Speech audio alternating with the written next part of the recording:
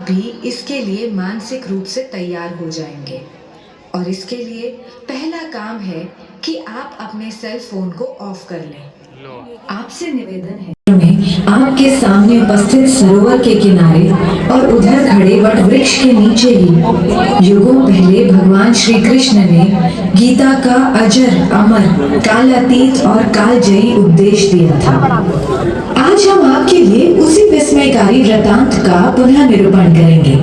चलचित्र, प्रकाश, ध्वनि, छाया चित्रों और जलप्रपातों के मिश्र माध्यम से महाभारत के भीष्म पर्व में उल्लेखित श्री कृष्ण और अर्जुन के इस संवाद में भक्ति योग की इसमें भारतीय दर्शन के विचार, संस्कार, व्यवहार के सारे पक्ष समा जाते हैं। भगवद गीता का यह नवीन निरूपण आपको तभी मजा देगा जब आप भी इसके लिए मानसिक रूप से तैयार हो जाएंगे।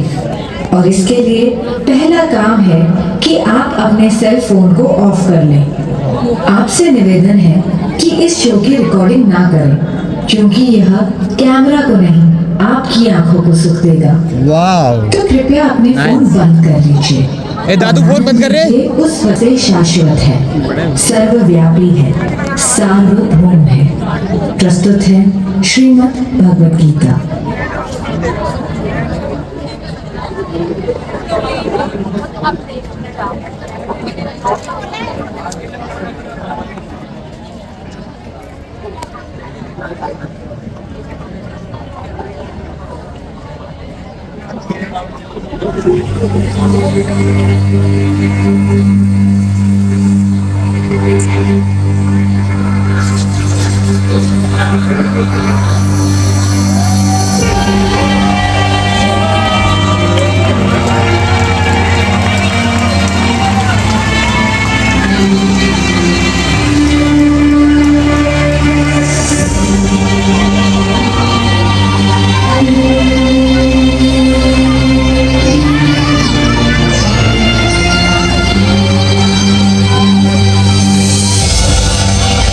समय सदा गतिमान रहा, बहता रहा, चलता रहा और मैं अचल अटल अडिग यही एक जगह गड़ा रहा, खड़ा रहा। पर फिर भी हम साथ थे क्योंकि समय के अनादि अनंत अखंड अछेद अभेद अनवरत प्रवाह को मैंने अपने इसी स्थान से ठौर से सतत सनातन निरंतर देखा है। इसी स्थान से मैंने थानेश्वर महादेव या स्थानेश्वर को इस धर्म क्षेत्र में आते देखा है। इसी स्थान से मैंने सारी सृष्टि के रचयिता प्रजापति ब्रह्मा को विष्णु जी की नाभि से स्वयं सर्जित होते देखा है। इस जगह से मैंने सरित सरस्वती की धर्म धारा को कलकल बहते निहारा है और इसी ठोर से मैंने वृषभवती नदी को प्रवाहित होते देखा है। यही बड़े खड़े में साक्षी है आपके सम्मुख विद्यमान इस वट वृक्ष ने। इस पुरातन पवित्र पावन ब्रह्मावर्त में मैंने वेदों को अवतरित होते और पुराणों को विरचित होते देखा है।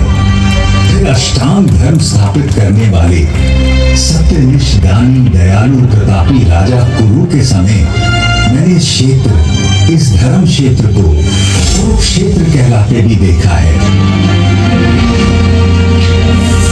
भरत कुल और कुरु वंश के वंशज राजा कुरु का समय ऋग्वेद का काल कहलाता था, जब आर्यों के इसी उत्तर वेदी ब्रह्म वेदी आर्याना में अपौरुषेय वेदों का अवतरण हुआ। इस पवित्र भूमि ब्रह्मावर्त में मैंने सहस्त्राधिक हवन कुंडों की यज्ञाग्नि में मंत्रोच्चार के साथ गोत्र की संविधा पढ़ते और पूरी धरती को सुगंधित धूम्र से सुवासित होते भी देखा है। फिर कुरुराज के प्रपौत्रों कौरवों और पांडवों के समय मैंने इसी कुरुक्षेत्र को युद्ध क्षेत्र में बदलते देखा है। केवल 5 पद तो मांगे थे पांडु पुत्रों ने, पानीपत, सोनीपत, बागपत, तिलपत और इंद्रपत। पर जब 5 गांव देने से भी मना कर दिया धृतराष्ट्र के पुत्रों ने, तो अवश्यंभावी हो गया था। एक ऐसा युद्ध जिसने एक वंश, एक नगर, एक राज्य, एक राजधानी, एक देश, एक संस्कृति, एक युग नहीं, पूरे भारतवर्ष को महाभारत नाम की रक्त रंजित मृत्यु और महानाश के मुख में धकेल दिया था।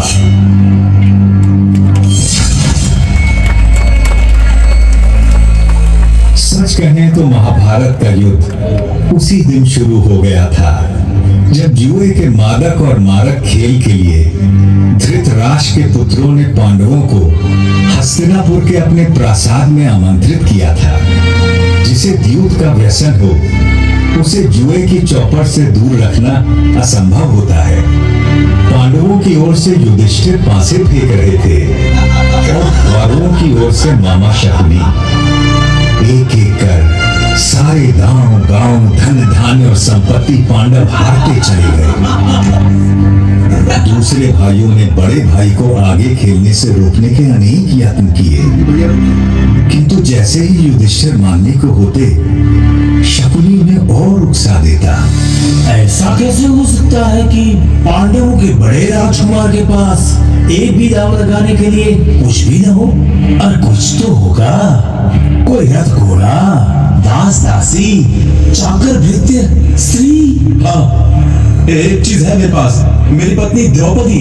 मैं उससे दांव पर लगाता हूँ। भैया, द्रौपदी कोई वस्तु नहीं, हम पांचों की पत्नी है वो। फिर कैसे हम उसे? ठीक है अर्जुन, तुम उसे जीत कर लाए थे, किंतु द्रौपदी में युधिष्ठिर का भी तो हिस्सा है। अभी इसका 5वां भाग काट कर दांव पर तो नहीं लगा सकते ना। आप पासा फेंके युधिष्ठिर, इस बार जीत निश्चित आपकी ही होगी।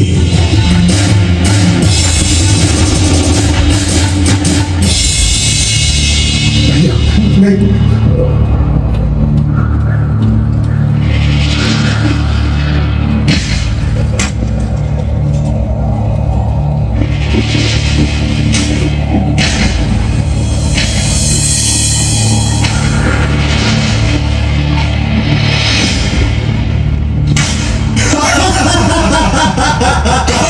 दासी द्रौपदी, सुशासन, उसे इस दरबार में ले आओ।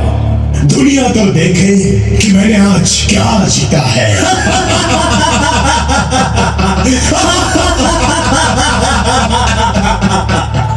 पूरे राजमहल में सन्नाटा पसरा था और उस नीरव मौन में केवल सुयोधन का अट्टहास गूंज रहा था।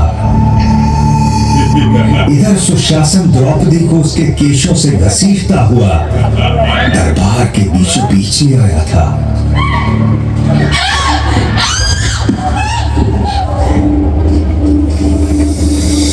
पांच पतियों की पत्नी पांचाली, उस दिन तो तुम्हें ठीक से देख नहीं पाया था, किंतु आज तुझे देखकर मैं अचंभित हूँ रूपवती द्रुपद कन्या।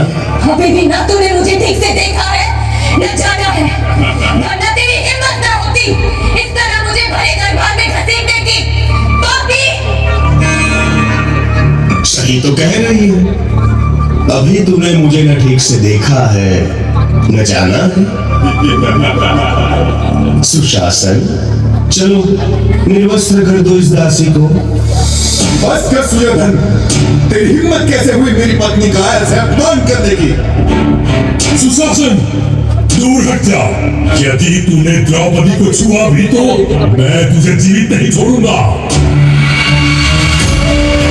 धर्मराज, आप ही बताइए ना, युद्ध में हारी हुई स्त्री पर किसका अधिकार होता है? जीतने वाले का या उसे हार जाने वाले का?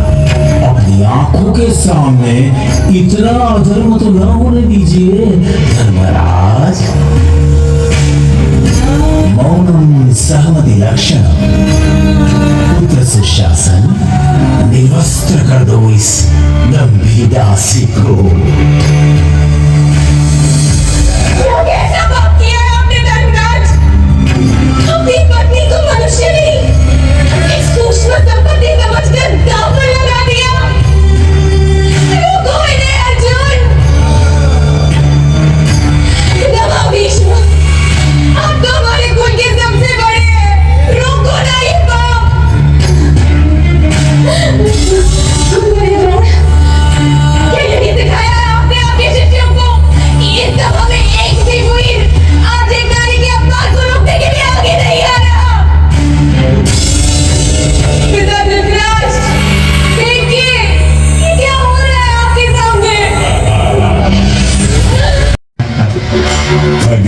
देखेंगे तो हम आज तुझे ठीक रहेगा आज के बाद आने वाली पीढ़ियां तुझे भूलोगे नहीं, दुनिया के नाम से जानेगी।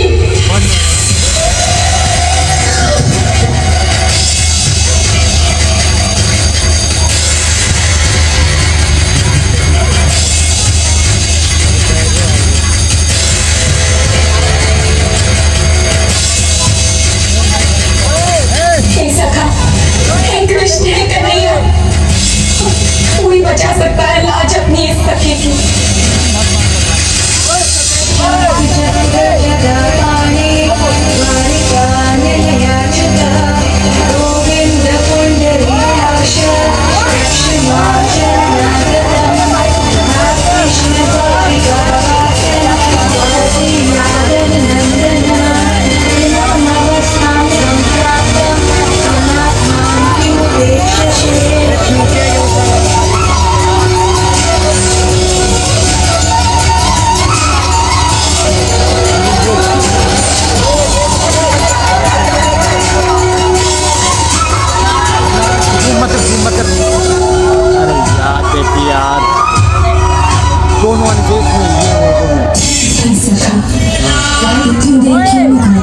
तुम्हें ही तो गलती की मुझे दूर द्वारिका से बुलाने की। यदि तू कहती मेरे मन बसिया कृष्ण, तो मैं तो तेरे पास ही था, तेरे साथ ही था, तुझ में ही था सखी।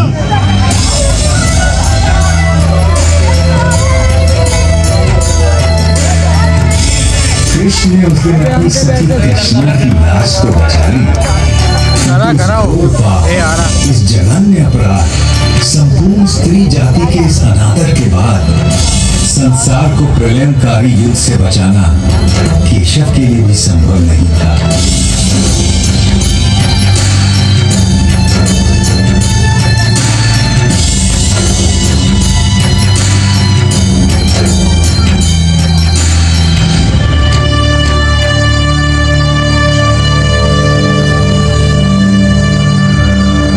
कुरुक्षेत्र को युद्ध क्षेत्र बनाने की तैयारी में तमाम जंगल जलाए जाने लगे, पेड़ काटे जाने लगे। सौभाग्य से पता नहीं कैसे मैं उस दिन बच गया, या दुर्भाग्य से, क्योंकि अगले 18 दिनों में जो नरसंहार, जो रक्तपात, जो छलबल, जो नृशंस हत्याएं, जो मूल्यों का हनन, जो मानवता का पशुवत चेहरा मैंने देखा, उससे अच्छा था कि मुझे भी काट डाला गया होता या जला दिया गया होता। किंतु सबसे विस्मयकारी, विलक्षण और विचित्र था युद्ध का पहला दिन। कौरवों पांडवों की 18 अक्षौहिणी सुसज्जित सेनाएं यहीं सामने के मैदान में एकत्र होने लगी।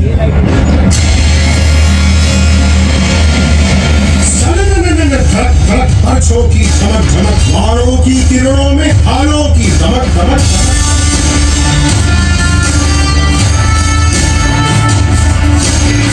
अश्वों की खड़क खड़क खड़क खड़क खड़क खड़क, रथध्वज की लहट लहट लहट लहट लहट लहट, मृत्यु आलिंगन को वीरों की ललक ललक, सेना की धड़क धड़क, ललकारे चहक चहक, तूने हो गर्व से जो जीत दिखे झलक झलक झलक झलक, गज सेना धमक धमक धमक धमक,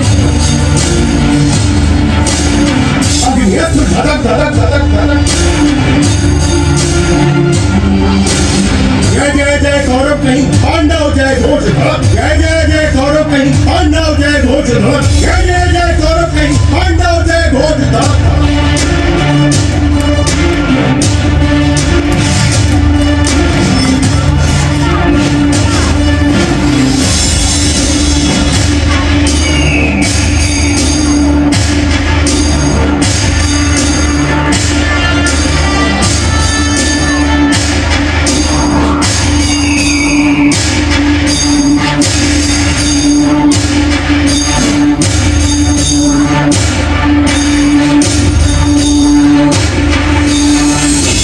कुरुक्षेत्र में युद्धोन्मुख सेनाएं एकत्र हो चुकी थी और उधर दूर हस्तिनापुर के राजप्रासाद में बैठे अंधे राजा धृतराष्ट्र सब कुछ देखने को व्याकुल थे। देखना तो दुर्भाग्य से असंभव था जन्मान राजा के लिए, किंतु कदाचित उनके अंधेपन की प्रतिपूर्ति के लिए ही उनके रथवाहक संजय को दिव्य दृष्टि का वरदान था, जिससे वो दूर की चीजों को देख सकते थे।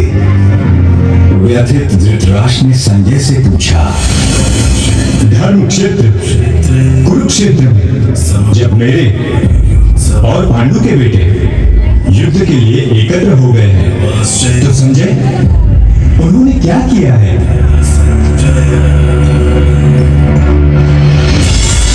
दुर्योधन को हर्षित करने के लिए कौरवों में वृद्ध महाप्रतापी पितामह भीष्म सिंह की तरह दहाड़ू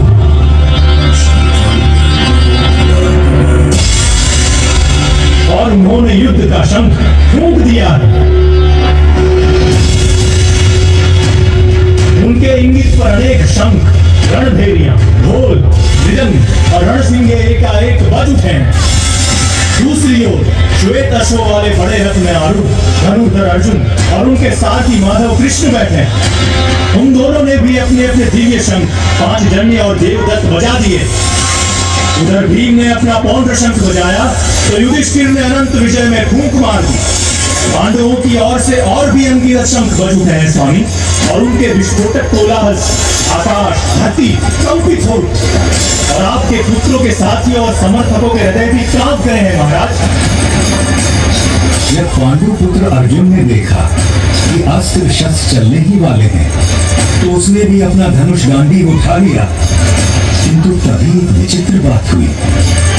अर्जुन ने अपने सारथी ऋषिकेश कृष्ण से कहा कि वो उनके रथ को दोनों सेनाओं के बीचों बीच ले जाएं, ताकि वो देख सकें उन्हें किस किस से लड़ना है, किन्हें मारना है, किन पर विजय प्राप्त करनी है, और अच्युत उनका रथ लेकर आगे बढ़ चले हैं।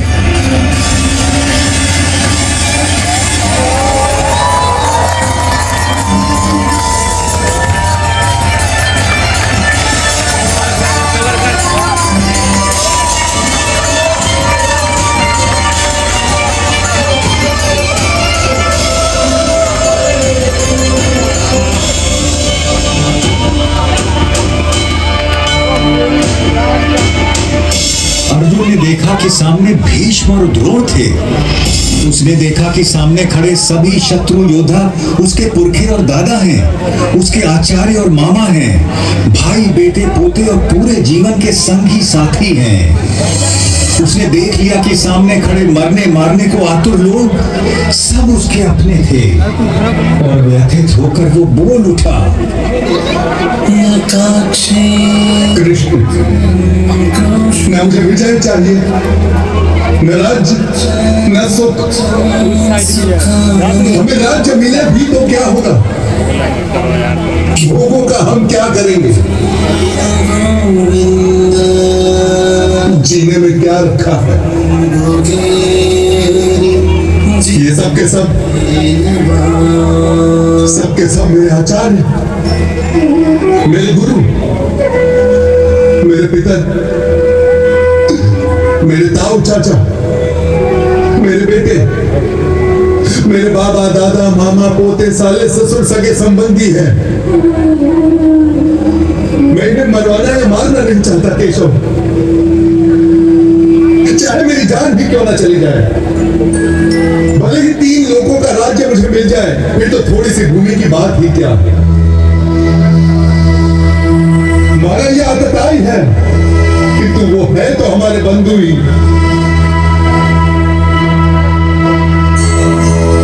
अपने कुटुंबियों को मारकर माधव हम सुखी कैसे हो सकते हैं? महाशोक की ये महापाप करने को हम तैयार हैं। राज्य और सुख के लोभ में हम अपने ही लोगों की हत्या करने को उतारू हो गए।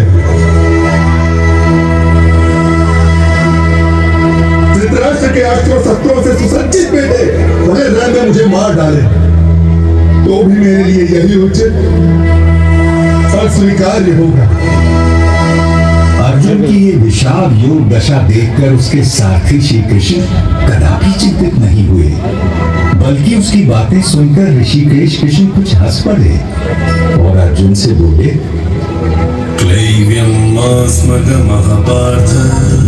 कायर मत बन पार्थ, यह तुझे शोभा नहीं देता। हृदय की शुद्ध दुर्बलता को त्याग दे और उठ खड़ा हो जा।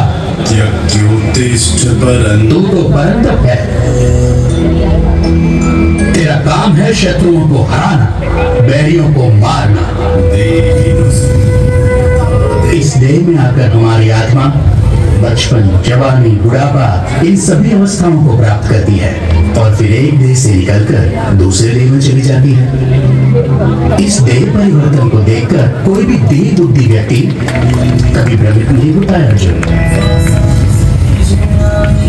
जैसे पुराने कपड़ों को उतारकर मनुष्य नए कपड़े पहन लेता है, उसी प्रकार आत्मा भी पुराने शरीर को त्याग कर नया शरीर धारण करती है। इस आत्मा को ना तो शस्त्र काट सकता है और ना आग इसे जला सकती है, ना इसे पानी भिगा सकता है और ना ही हवा उसे सुखा सकती है। यूं सांख्य योग की बारीकियों को आगे समझाते हुए कृष्ण बोले, कुरुनंदन, इस योग में व्यवसायिक बुद्धि और कर्म निर्धारक बुद्धि दोनों एक ही है। लेकिन जो अव्यवसायी है, अकामी है, अकर्मण्य है, उसकी बुद्धि तो अनंत शाखाओं में बढ़कर भटक जाती है अर्जुन। और फिर देवकी नंदन श्री कृष्ण ने वो शब्द कहे जो आज तक हर भारतीय के मन मस्तिष्क में गुंजायमान रहते हैं। तेरा अधिकार केवल कर्म पर है, फल पर कभी नहीं। तू कर्म करते समय फल की इच्छा कभी मत कर और कर्म से कभी मुंह भी मत मोड़। काश की मनुष्य ये बात हम पेड़ों से समझ लेते, जो सारे संसार को, मनुष्यों, पशु पक्षियों को निरंतर फल देते हैं, किंतु स्वयं उस फल के भोग के बारे में कभी नहीं सोचते। वरना तो सारे जंगल, सारे पेड़ पौधे, सारी वनस्पति कब की नष्ट हो जाती और उसके साथ संसार में संपूर्ण जीवन भी।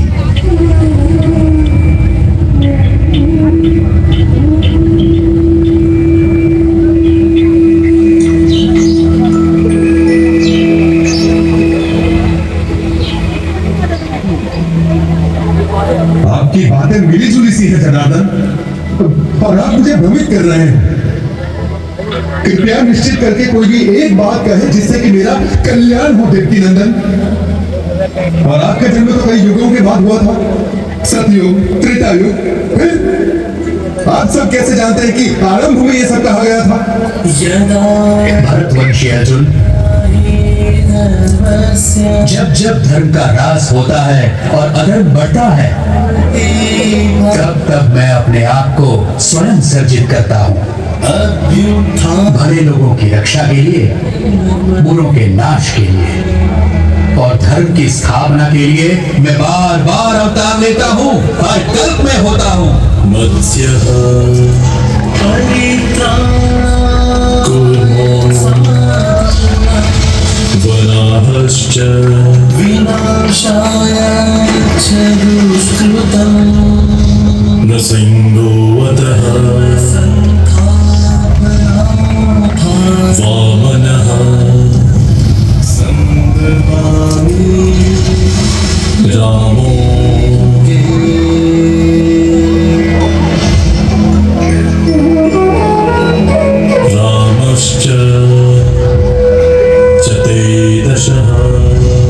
अर्जुन के सीधे संशय के बाद भगवान ने उसे ध्यान योग के बारे में इस प्रकार बताया।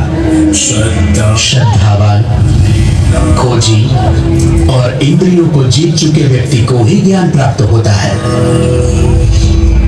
और ज्ञान प्राप्त होने के बाद उसे शीघ्र ही परम शांति मिल जाती है। हे कृष्ण, आपने कर्मों से संन्यास की और फिर कर्मों के योग की भी प्रशंसा की। इनमें से सचमुच कौन सा हितकारी है? कृपया निश्चित करके मुझे समझाइए। अर्जुन, अपना उद्धार अपने आप ही किया जा सकता है। स्वयं को कभी गिराना नहीं चाहिए। हम अपने मित्र भी स्वयं ही हैं और स्वयं ही अपने सबसे बड़े शत्रु भी। जो बहुत खाता है ना तो योग उसे मिलता है और ना ही उसे जो बिल्कुल नहीं खाता। ना ही बहुत सोने वाले को मिलता है और ना ही बहुत जागने वाले को। जो यथा योग्य खाता है, जो यथा योग्य पैदल चलकर विहार करने आता है, कर्म में यथा योग्य प्रयास करता है, जितना सोना चाहिए उतना सोता है, जितना जागना चाहिए उतना जागता है, ऐसे योगी का योग ही दुखों का नाश करता है। यही तो विलक्षणता थी श्री भगवान के उद्गारों की, जिसमें जीवन के प्रत्येक पहलू की बात समाहित थी। परंतु अर्जुन ने फिर एक प्रश्न किया। कृष्ण मन चंचल तो होता ही है, वो शक्तिशाली और कठोर आदताई भी है। उसे बस में रखना तो हवा को रोक कर रखने जैसा कठिन लगता है मुझे। निसंदेह महाबाहु, निसंदेह मन बहुत चंचल है और उसे बस में करना बहुत कठिन। किंतु कौन्ते, अभ्यास और वैराग्य से इस चंचल मन को भी वश में किया जा सकता है। इस तरह श्री कृष्ण ने अर्जुन को आश्वस्त किया। वो मूर्ख लोग मेरा तिरस्कार करते हैं, मेरा महत्व घटाते हैं, जो ये समझते हैं कि ये समस्त भूत प्राणियों का महेश्वर और अजन्मा मैं इन सभी कार्यों को करने के लिए इस मानव देह पर आश्रित हूँ। वो मेरे परम भाव, मेरे परमात्मा तत्व को न जानते हैं न पहचानते हैं।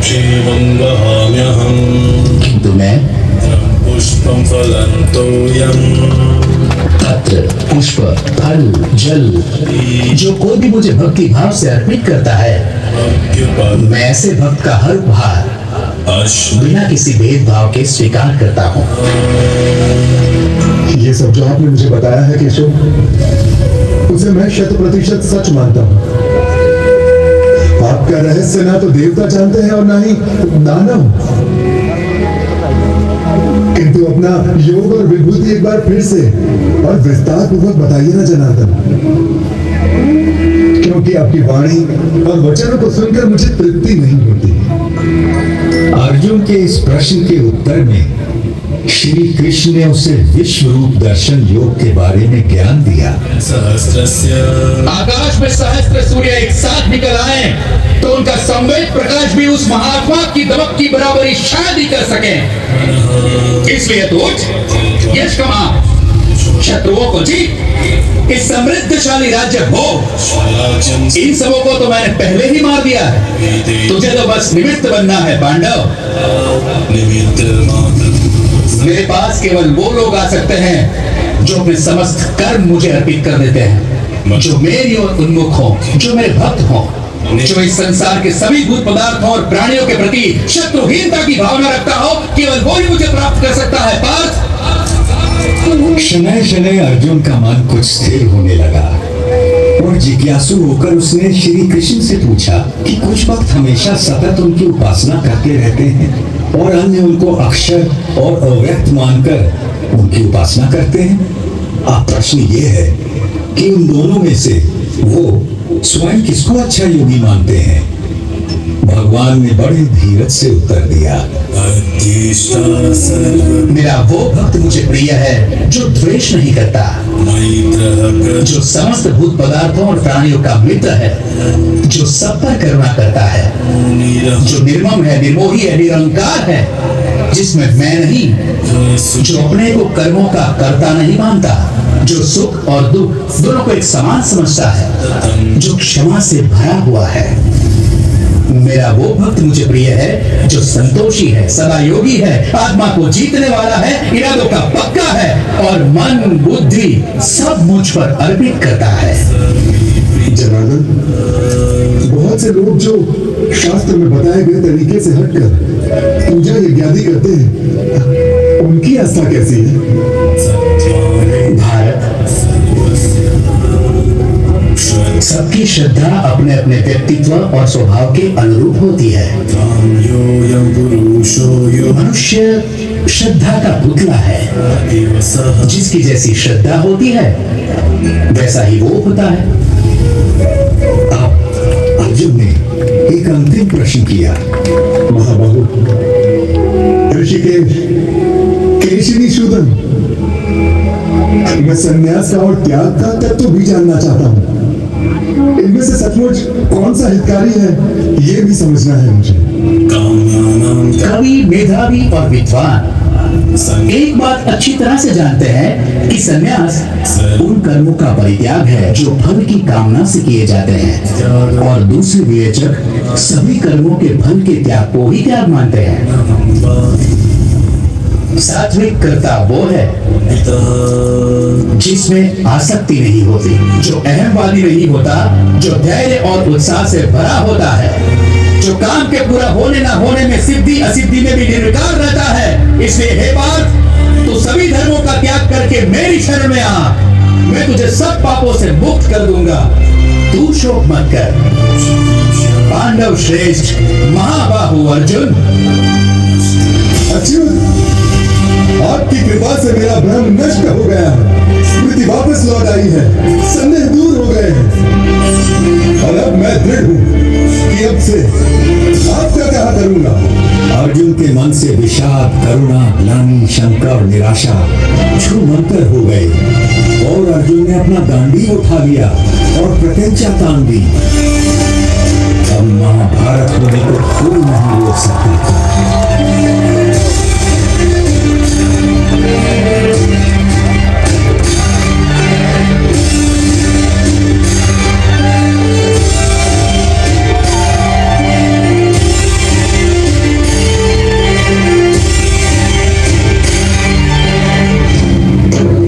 दूर हस्तिनापुर में धृतराष्ट्र के सम्मुख बैठे दूरदृष्टा संजय के मन से भी सारी शंकाएं और भय दूर हो चले, और वो अपने भरतार कौरव नरेश से स्पष्ट बोल पड़ा। जहाँ योगेश्वर श्री कृष्ण, धनुर्धर अर्जुन, वहीं लक्ष्मी होगी, वहीं विजय होगी, वहीं कल्याण होगा, वहीं अचल नीति का व्यवहार होगा। ये मेरा मानना है और ये मेरा मन है। संजय के मन से कौन सम्मत ना होगा। केशव और अर्जुन का वो संवाद याद कर सहस्त्राब्दियों बार भी मैं अभी भी बार बार रोमांचित हो उठता हूँ, किंतु और भी रोमांचित हो उठता हूँ मैं हरि का वो अद्भुत रूप याद करके, जो उन्होंने विश्व रूप दर्शन योग की बात करते समय अर्जुन को दिखाया था। देखते देखते श्री कृष्ण बड़े होने लगे, विशाल होने लगे, विराट होने लगे। देखते देखते उनके अनंत आंख, असंख्य चेहरे, अनगिनत हाथ हो गए, जिनमें अगणित अस्त्र शस्त्र सज्जित थे। कोई ऐसी देवी देवता, भगवान, गंधर्व, यक्ष, अप्सरा न थे जो उनमें विद्यमान न हो। वो अनादि अनंत अखंड छेद अवेद थे। सहस्त्रों सूर्यों का तेज उनमें दमक रहा था। घूमती गूंजती वाणी दशों दिशाओं से गुंजायमान थी।